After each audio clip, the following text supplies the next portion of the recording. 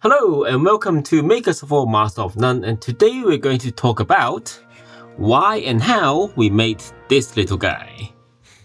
So for those of you who follow my gaming channel, you might know that I went to a card show in May, and being a maker, I didn't want to just sell cards that I might not have enough stock of, and instead I wanted to have some of my craft to sell as well, as I've had a 3D printer for a very long time and I have also recently got a laser cutter. Now, there are a lot of 3D prints which have been floating around the makers community which are Pokemon related, but they have really saturated the market recently, and anyone with a 3D printer, multi-material or not, can just print one themselves. And because I don't have a print farm, I can't win on volume, so I have to win on uniqueness. So I'm aiming to add more artistic value to what can be just found online. So my idea is fairly simple.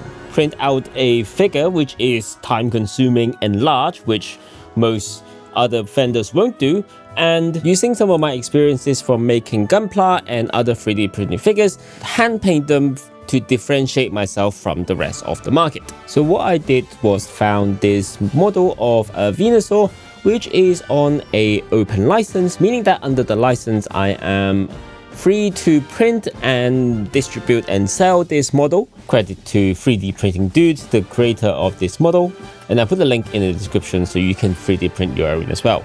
Otherwise, I wouldn't have anything to print. While I am good at designing things which are functional, I am not too good at designing things which are aesthetic. So with that, I printed it on my 3D printer. Unfortunately, there is a fail, as you can see on the left, because the filament runner detection didn't quite work, so I did have to print that part again. Luckily, we didn't run into any fails on the part on the right, because that is the one with the majority of the material. So we didn't waste any filament and we didn't waste much time and energy. We have managed to finally get rid of all of the supports inside the model. So now what we're going to do is try and smooth out some of these layer lines, especially so some of these bigger circles here. Like that one is probably a bit hard to see, but it's like the tail bit, the back end. We'll use a combination of techniques. I'll give it a quick sand, fill it with putty, and then just rinse and repeat until we get kind of a good result. And of course, have to wear masks when we're doing all of this.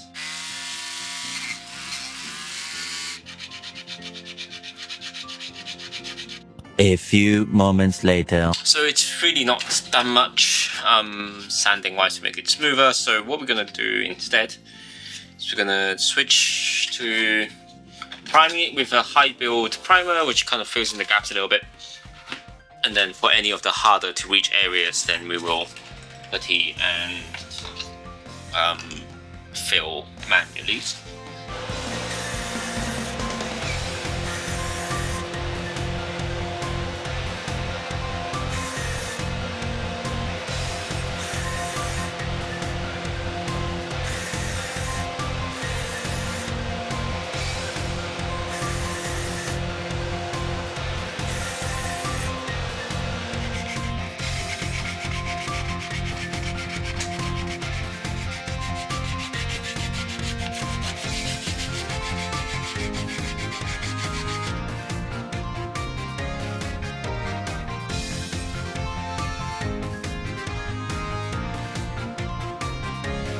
So I got a little bit bored of trying to sand Venusaur because it seems to be going nowhere because the layer gap is just a little bit too much. So we're going to try something slightly different. Milliput sculpting, but I don't know how good this Milliput is anymore because it is quite stiff. I think I've heard you can put it in the microwave for a little bit just to heat it up and make it soft again, so we're going to try that. Can confirm microwave does work. It's now super soft to work with, which is good. It needs only like medium setting for like 10 seconds, realistically. So that's gonna need to cool down a little bit.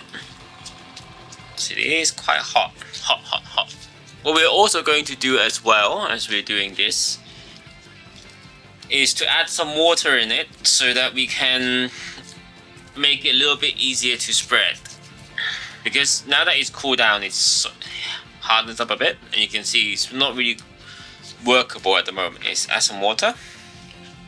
Just work that in. Make it a little bit more into a paste more than anything else.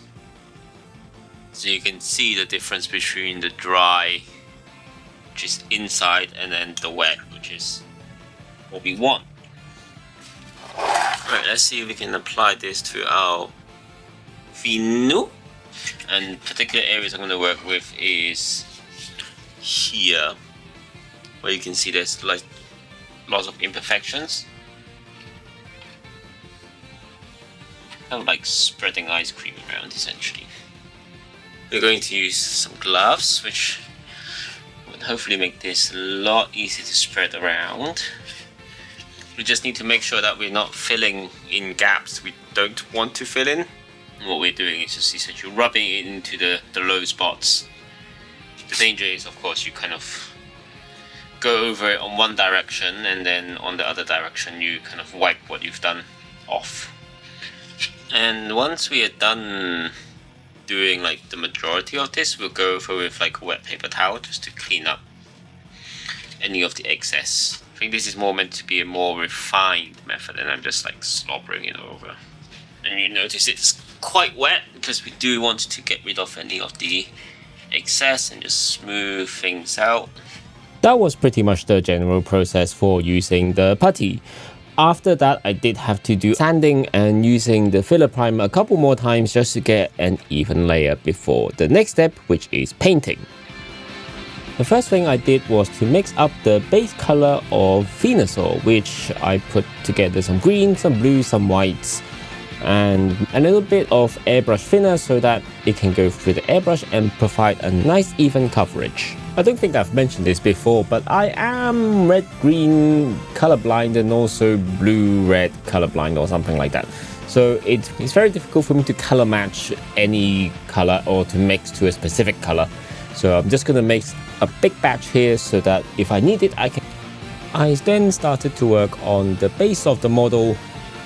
Essentially, the idea is I would kind of start from the bottom and then move to the top so that I can correct any mistakes as I'm going through. Kind of worked, but also didn't. With the base, I'm kind of going for a bushy, mossy, over a cliff edge kind of vibe. An image in my head on how this is going to look like, but being a silly person, I didn't use any references. I'm using some whites as a base so that they can kind of be like the hidden rocks inside the soil, and then using some browns and greens over the top and creating a layer effect so it kind of feels like we are in a forest. I am using a more laid-back approach to this. I'm not particularly caring about where the colors go. I just am kind of aiming the airbrush and just kind of lightly spraying over, and whatever edge catches the color is that color. Not sure whether this is the right way to go. Maybe using white as a top rather than black at the top would provide a better effect, but let me know in the comments.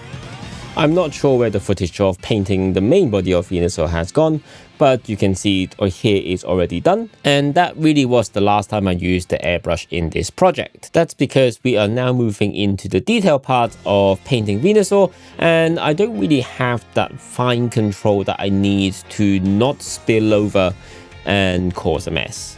We start off with the big leaf on his back, the veins surrounding his body, the stump connecting his back to the flower, and also the grass and leaves as well.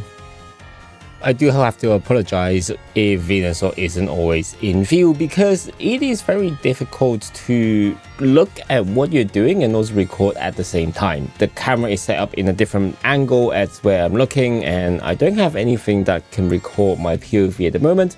That might come at some point. Until then, you might have to deal with Venusaur being in an out frame for a while. As always, I'm trying new techniques as I'm doing these, and this time it is using a bit more layering in the model, which I think went okay for the leaves and veins.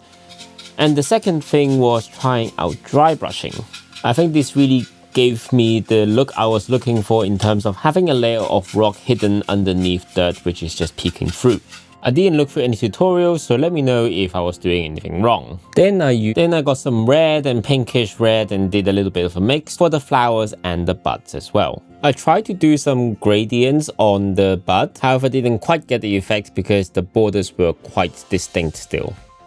I'm pretty sure I lost quite a lot of footage for this build, but we fast forward to adding more details, especially to inside the mouth, as well as hand drawing all of the spots on the flower and also coloring in the pistil, which is the center of the flower. And with that, we start moving to smaller brushes and start doing in the details like the eye, the teeth,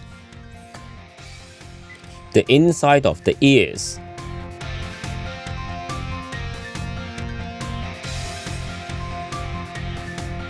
as you start working on overlapping details, you are inevitably going to accidentally touch the parts you have already painted. And that is okay because I mixed more than what I needed for the main body of Venusaur so that I can come back and touch it up right now. Of course, there are things you can do like applying masking tape to avoid the vicious cycle of covering the things you just painted, accidentally covering the other bit, and then having to repeat that cycle over and over again. But I didn't do it and I just trusted my hands. One of the last things I have to do for the model is to paint the gemstones slash geodes slash crystals that is on the base of the model. I didn't quite know what to do with it initially. I thought about using some UV resin with some makeup pigment for color, but I didn't know how well it would cure underneath UV light, especially when there are metal particles that could block the light from curing. So what I did instead was use some of my metallic paints that I had for one of my previous builds and use that to color in. And I think actually it didn't do too bad a job. I might have wanted a bit more color variation and maybe have some whites and black so it's a little bit more natural, but I think it worked fine in the end. The only kind of trouble I had was with the eyes because the first time I drew it, it just looked a little bit wonky, so I have to just use some white paint to cover over the larger pupils so that they are more symmetrical. And that's pretty much about it, just a few more details, so let's have a look at the final result.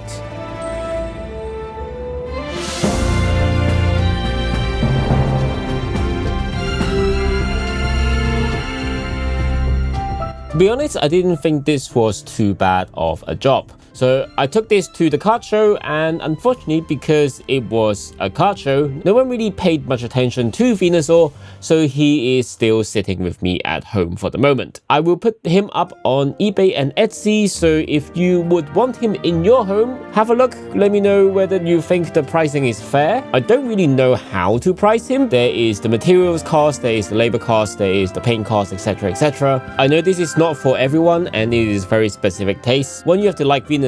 Two, you have to like the 3D modeler's artistic interpretation of Venusaur and the model, and three, you have to like my paint job. But even if it doesn't sell, I'm quite happy having him on my shelf. Let me know in the comments if you think I should do more, if I should do things differently. That's it for today, and I'll see you guys next time on Makers of All, Master of None. Bye!